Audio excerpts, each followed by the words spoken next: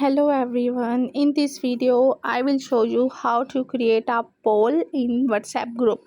So just you have to open your WhatsApp app in your phone.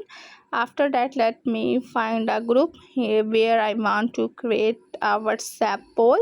So here I have find a group in which I want to create. Just click on paperclip icon. After that, click on poll. Then here you have to enter your desired question which you want to ask from your audience.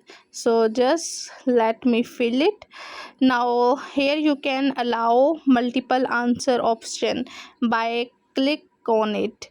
If you want to allow multiple answer, then click on it, otherwise just click on share. So that's it, your poll has been created. Here now let's try it's working or not. So here you can only select one answer.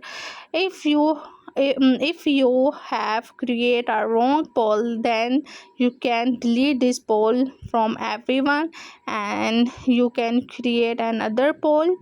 So that's it, it is very easy way to create WhatsApp poll in WhatsApp group. So then if you like my method, then like the video.